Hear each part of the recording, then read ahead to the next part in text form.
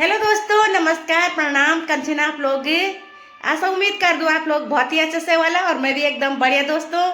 तो दोस्तों मैं अभी अपना किचन में छूँ और बिल्कुल खाना बनाने तैयारी हुई तो आप लोग देख सकते हैं गोल गोल रोटी और ये पर भात बनाई हुई भात भी बनाई हुई आधा रोटी वाला आधा भात जो भात खाने वाला से भात खाना ने और रोटी भी।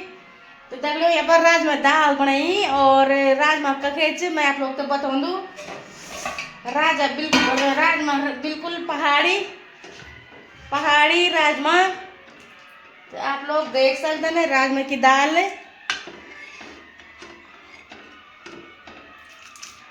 और लोहे कड़े को बहुत ही अच्छू टेस्ट हो बहुत ही स्वादिष्ट। तो आज एक बनाई दगड़ियों आप लोगों को कि खाणो पीणो हमारी तैयारी तो वही अभी 8 बजे 2-4 रोटी बने